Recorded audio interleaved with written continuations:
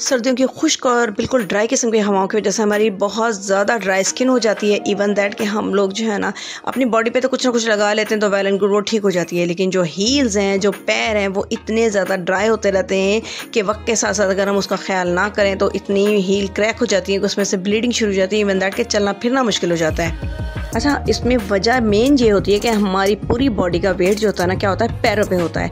पूरी बॉडी का वेट पैरों पे होता है, जिसकी वजह से जो है ना और ज़्यादा पैरों पे प्रेशर पड़ता है और स्किन होती है उसकी ड्राई, यानी जैसे ज़मीन ड्राई होती है और क्रैक्स पड़ जाते हैं। इसमें छोटी सी एग्जांपल मैं आपको दे रही हूँ ताकि आप समझ जाएं। इसी तरह जो है ना पूरी बॉडी का वेट इस तरह से आता है कि हमारी पैरों में वो मॉइस्चर नहीं है जो अर्ली एज में होता है। तो इसलिए जो है ना ज़्यादातर एजिड लोग जो होते हैं ना, जो एजिड ख़वातीन हों या जेंट्स हों, उनके जो है ना ज़्यादातर क्रैक्स होती हैं, क्योंकि शुरू में जो है ना हमारी बॉडी जो है ना वो टीन एज में जो है ना हर चीज़ खुद से प्रोड्यूस करी होती है। इसी तरह जो है ना हमारे जिस्म में जो मॉइस्चर चाहिए होता है, जो नमी ऑयलिंग चाहिए होती है, वो बॉडी में प्रोड्यूस हो रही होती है।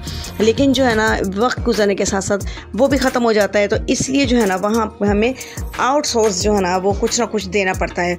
तो आउटसोर्स के लिए ना हमें अपने पैरों के और जिस्म का इस तरह से ख्याल करते हुए उनको बाहर से मॉइस्चराइज जो है ना वो फराहम करना चाहिए। उससे क्या होगा कि हमारी बॉडी में, हमारी मेन चीज़ों में, आपको पैर और हील की बता रही हूँ, उसमें इतना ज़्यादा जो है ना मॉइस्चर होना चाहिए कि उसमें कुशन पैदा हो सके।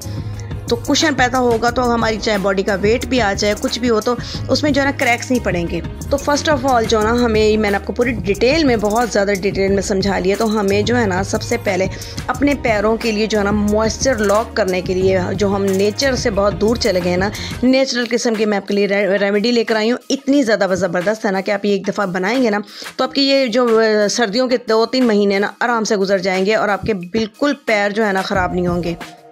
अच्छा, आपको पता कि मैं ज़्यादातर जो है ना सेविंग की तरफ जाते हुए रेमेडीज़ बता रही थी। वैसे तो हर चीज़ मार्केट में मिल रही होती है, आप कुछ भी लें, बाय करें और लगा लें, वो उसके बाद अफेक्टेड हो या ना हो वो बात की बात है। लेकिन ये कि मैं जो बात बताती हूँ ना वो मेनली घर से चीज़ें निकाल के, और इस तरह से होता है कि वो बाद में अफेक्ट भी होता है बहुत ज़्यादा, मतलब है आपकी ये विजिबल चेंज आपको नज़र आएगा। इसी तरह सबसे पहले जो है ना जो मैं इस रेमेडी में ले रही हूँ, सबसे पहले ले रही हूँ कोकोनट ऑयल का 1 चम्मच।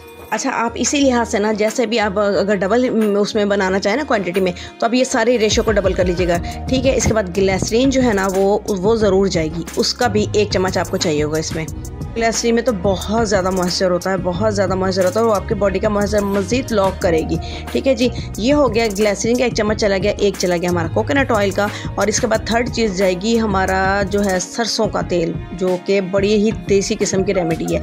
2 चम्मच जाएंगे, यानी डबल जाएगा सरसों का तेल। इसकी रेशो को डबल करते हुए ना आप अगर डबल बनाना हो तो बना लीजिएगा। मैंने जो है ना 1-1 चम्मच वो ग्लिसरीन और कोकोनट ऑयल लिया है और 2 चम्मच जो है ना मैं सरसों का ऑयल लिया है। और इसके बाद जो है ना बहुत ज़्यादा अहम चीज़ मैं आपको बताऊँ, इसके बाद जो जाएगी वो जी एवियन के कैप्सूल हैं, जो मैं अक्सर यूज़ करती हूँ, और ये तो वैसे भी स्किन के लिए बहुत अच्छे होते हैं। 400 mg वाले जो है ना 2 कैप्सूल जाएंगे, लेकिन ये अभी नहीं जाएंगे। अभी मैं आपको निकाल के साइड पे रख रही हूँ क्योंकि अभी नहीं जाएंगे। इसको जो है ना मैं आपको बता दूँ, इस रेमेडी में जो है ना 400 mg वाले भी लीजिएगा। वैसे भी आप मोस्टली 400 ही लिया करें, वो छोटे वाले मत लिया करें, ये ज़्यादा अफेक्टेड होते हैं। तो ये हो गए, लेकिन अभी इसमें मिक्स नहीं कीजिएगा। अब जी इसकी मेन और ज़बरदस्त किस्म की मेन बेस है ना जो वो है ये मोमबत्ती। जो ये मोमबत्ती है ना, इसके जो है ना आप पीलर से पील कर लें या फिर आप छुरी से कर लें। मैं तो छुरी से कर रही थी, पीलर से मैंने नहीं किया बस। तो इसकी जो है ना तकरीबन जो है ना 3 चम्मच जाएंगे इसके। इसको क्रश करें, क्रश करने के बाद जो है तकरीबन इसको अंदाज़े से जो है ना मैंने इसके जो है ना पहले वो क्रश करके डाला तो 2 चम्मच बने थे। फिर मैंने मज़ीद थोड़ी सी और मोमबत्ती जो है ना मैंने एट अ टाइम ख़राब नहीं की, ठीक है। 3 चम्मच जो है ना इस मोमबत्ती के चले जाएंगे, ठीक है। जब आप एक दफ़ा ये रेमेडी बना लेंगे ना, एक दफ़ा लगा लेंगे, फिर आपको पता चलेगा कि 3 दिनों में ही आपके जो खुदा ना खासा बहुत डीप किस्म की आपकी जो अगर हील्स क्रैक हुई हुई है ना कि इवन दैट के चलना मुश्किल हो गया है, वो आपको 3 दिनों में हील हो जाएगा। उसके बाद आपकी नॉर्मल रूटीन हो जाएगी। फिर आपने नॉर्मल तरीके से ये वाला जो आप बनी हुई रेमेडी है ना ये नॉर्मल तरीके से लगा सकते हैं। अदरवाइज़ जो है ना इसको लगाने का भी मैं आपको पूरी डिटेल में तरीका बताऊँगी, जिसकी वजह से आप वाकई 2 से 3 दिनों में आपका बिल्कुल पैरों की जो है ना हील्स कंफर्ट तरीके से सही हो जाएंगी। ओके जी, ये अब तकरीबन 3 चम्मच हो गए। तीनों जो है ना मोमबत्ती के जो मैंने क्रश किया था वो 3 चम्मच जो है ना इसके अंदर मैंने ऐड कर दिए मेन ऑयल के अंदर। ये जो मैंने मैजिक बनाया है ना, ये मैजिक जो है ना फॉर एवर मैजिक, बस इसको जो है ना अच्छी तरह से आप मिक्स करें। और इस मैजिक को ना हमने अभी ऐसे ही यूज़ नहीं करना। इसके बाद इसको जो ना किसी भी सिल्वर की जो है ना नॉन स्टिक में मत डालिएगा, किसी भी सिल्वर की जो है कोई छोटा सा बर्तन हो, कोई भी पैन वगैरह, उसमें डाल दीजिएगा। और इसके अलावा जो है ना नॉन स्टिक के अलावा स्टील में मत डालिएगा, वरना वो भी जलने की स्मेल आ जाएगी और जला हुआ हो जाएगा। ठीक है, मैंने तो ये कि सिल्वर में किया था, आप भी सिल्वर में करेंगे तो ज़्यादा बेहतर है। बस इसको सिल्वर वाले जो बर्तन में मैंने कन्वर्ट किया। कन्वर्ट करने के बाद इसको बिल्कुल जो है ना स्लो आंच पे ना इसको मिक्स करते रहेंगे। इतनी देर तक मिक्स करते रहेंगे जब तक कि इसकी मोम जो है ना वो आखिर में पिघलेगी। पहले चीज़ें गर्म हो जाएंगी, मोम जो है ना वो बिल्कुल पिघल जाए और बिल्कुल जो है ना ये ऑयल तकरीबन सारा ऑयल बेस नज़र आने लगे, तो उतने हद तक आप करते रहें। उसके बाद इसको थोड़ा सा नीचे उतार के जो है ना थोड़ा सा ठंडा करेंगे।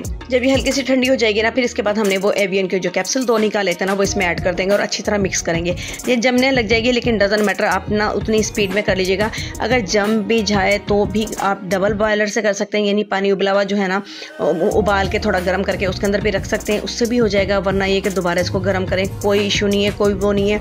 अदरवाइज़ जो आप डिबिया बना के रखेंगे उसको जो है ना नीम गर्म पानी में करके दोबारा यूज़ कर लें। लेकिन ये कि आपको कुक करना ज़रूर इस तरह से कि हल्का सा जो है ना थोड़ी सी गर्म हो, ये यूज़ इस तरह से करना है। ओके, मेरी ये जो छोटी सी डिबिया ना, मेरे इतने पैर मेरे ना डीप क्रैक नहीं थे, तो इसलिए कि मैंने थोड़ी सी ये छोटी डिबिया बनाई है। बाकी जो ये मेरी बच गया है, ये मैं आपको यूज़ करने का डिटेल में तरीका बताती हूँ। सिर्फ मैं आपको ये कि बना के नहीं दिखाऊंगी, आपको बताने का पूरा इस तरह से डिटेल में मकसद मेरा यही है कि आपकी जो है ना अगर सर्दियों की वजह से पैर जो है ना बिल्कुल क्रैक हो गए हैं तो ये 2 से 3 दिन में बिल्कुल हील अप हो जाए। ओके जी, ये जो है ना मेरा छोटा सा जो एक बम सा धमाका छोटा सा मैंने बनाया ना, ज़बरदस्त सा क्यूट सी मैंने बॉटल में डाल दिया था और इसको जो है ना साइड पे कर देते हैं। मैं आपको बताती हूँ कि मैं किस तरह से अप्लाई करूँगी और आपको भी किस तरह से करना है। इसको अप्लाई करना जो है ना, ये बनाना आसान हो गया, लेकिन अप्लाई करना जो है ना मेन मकसद है। बिल्कुल आप ना राइट तरीके से, बिल्कुल जो मैं बताऊंगी ना इसी तरीके से आप पैरों पे अप्लाई कीजिएगा। अच्छा, पैर जो है ना वो आप तकरीबन थोड़े से नीम गर्म पानी में जो है ना डिप करके रख लें, जैसे पेडिक्योर करते हैं। और इसके बाद जो है ना थोड़ी देर के बाद उसमें हो सके तो शैम्पू भी हल्का सा ऐड कर दीजिएगा और नमक भी बस। लेकिन अगर ज़्यादा डीप क्रैक्स हैं, रेड हुआ हुआ है, यानी ब्लीडिंग हो रही है, तो बिल्कुल नमक ना डालिएगा, बस हल्का सा जो है ना नीम गर्म पानी, शैम्पू मत डालिएगा। ठीक है, और इसके बाद देखें ये डेड स्किन आपको इस तरह से ज़रूर उतारनी है। आपके पैरों की जो एक्स्ट्रा डेड स्किन है उसको आप रिमूव करेंगे तो अंदर से फ्रेश स्किन निकलेगी, जो आपको रफ़ तो न लगेगी, बिल्कुल रफ़ हुई होगी, क्योंकि इससे जो स्क्रब करेंगे ना तो वो निकल आएगी। और उसके बाद जो है ना हमने अच्छी तरह देखें कितनी ब्लैक वाले कपड़े पे मैंने कितनी ज़्यादा आपको इसलिए विजिबल करने के लिए ना टॉवल के ऊपर मैं ब्लैक कपड़ा ये बिछाया ताकि आपको दिखा सकूँ कि डेड स्किन आपके पैर धोने के बावजूद भी इतनी ज़्यादा पैरों पे होती है। वो अच्छी तरह से आपको रिमूव करनी है और कुछ नहीं, अच्छी तरह से रिमूव कर लेंगे, हटा देंगे। उसके बाद जो है ना हमने ये वाली जो क्रीम ना अप्लाई करनी है। अच्छा, इसके बाद ना डेड स्किन रिमूव करने के बाद ना आपको क्या करना है कि ये क्रीम लगानी है। लेकिन मैं आपको पहले ही बात बताती चलूँ कि आपके पास सिलिकॉन वाली अगर ये वाली सॉक्स हैं तो वेल एंड गुड, वो जो है ना लगाने के बाद आपको क्रीम ये लगाए, ये मतलब पहननी है। उसके बाद आपको कॉटन वाली पहननी है। अगर ये नहीं भी है ना तो डजंट मैटर, यानी आपको मॉइस्चर लॉक करना है ना, तो आप इस तरह से भी कर सकती हैं कि आप डायरेक्ट जो है ना घर में जो नॉर्मल से शॉपर नहीं होते आप वो भी यूज़ कर सकती हैं। यानी अगर है तो वो तो ठीक है कि आप ये लगाएं, लेकिन उसके बाद फिर कॉटन की सॉक्स पहने। डायरेक्ट कॉटन की सॉक्स पहनने का कोई फ़ायदा नहीं, क्योंकि सारी जो है ना ये क्रीम जो है ना वो कपड़े पे लग जाएगी और ये कपड़े पे लगने के बाद क्या होगा, वैसी की वैसी जमी हुई और थिक रहेगी।